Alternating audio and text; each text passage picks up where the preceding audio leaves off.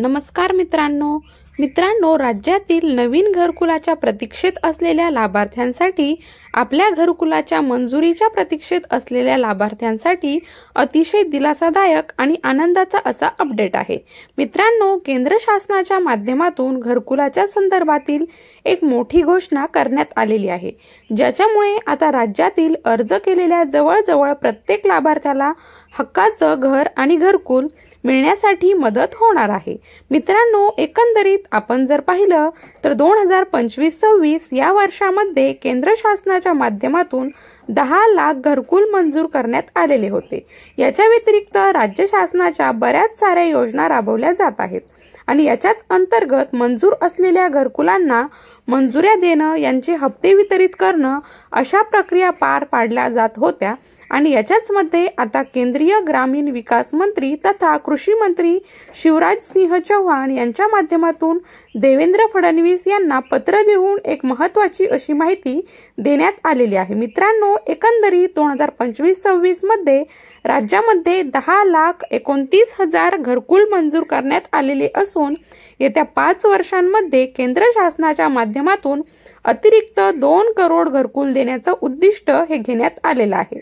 आणि याच्याच पैकी जवळजवळ 33,40,000 घरकुलं ही राज्यासाठी अर्थात महाराष्ट्रासाठी अलॉट करण्यात आल्याची माहिती देखील देण्यात आलेली आहे।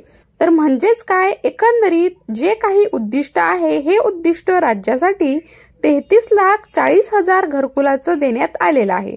मित्रांनो, मोठ्या प्रमाणात लाभार्थी प्रतीक्षेत आहेत आणि मोठ्या प्रमाणात आता हे लक्षांक देण्यात आल्यामुळे जे काही घरकुलाच्या सर्वेक्षणासाठी केलेले लाभार्थी आहेत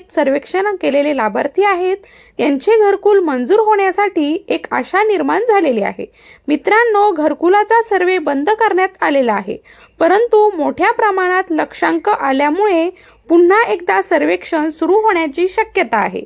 याच्या संदर्भातील जे अपडेट येतील ते अपडेट आपण नक्की घेण्याचा प्रयत्न करणार आहोत। मित्रांनो, एकंदरीत केंद्र शासनाच्या माध्यमातून मंजूर करण्यात आलेले उद्दिष्ट देण्यात आलेली 33,40,000 घरकुले, याच्या व्यतिरिक्त राज्यामध्ये रमाई आवास असेल, शबरी आवास असेल, यशवंतराव घरकुल योजना असेल किंवा अहिल्यादेवी घरकुल योजना असेल, पारधी आवास योजना असेल किंवा इतर बऱ्याच साऱ्या योजना राबवल्या जात आहेत, ज्याच्यामध्ये ओबीसी साठी नव्यानं सुरू करण्यात आलेली मोदी आवास योजना असेल, अशा प्रकारच्या महत्त्वाच्या योजनांमधून देखील घरकुलं दिली जातात। तर एकंदरीत जर आपण पाहिलं तर लक्षांक 40 लाखांपेक्षा जास्त घरकुल ही राज्यातील लाभार्थ्यांना मिळू शकतात। तर मित्रांनो, अशा प्रकारे हे एक महत्त्वाचं आणि दिलासादायक असं अपडेट होतं, ज्याची माहिती आपणास नक्की उपयोगी पडेल अशी मी आशा करते। भेटूयात नवीन माहितीसह, नवीन अपडेटसह। तोपर्यंत लाईक करा, शेअर करा आणि आपल्या YouTube चॅनलला सबस्क्राईब करायला विसरू नका। धन्यवाद।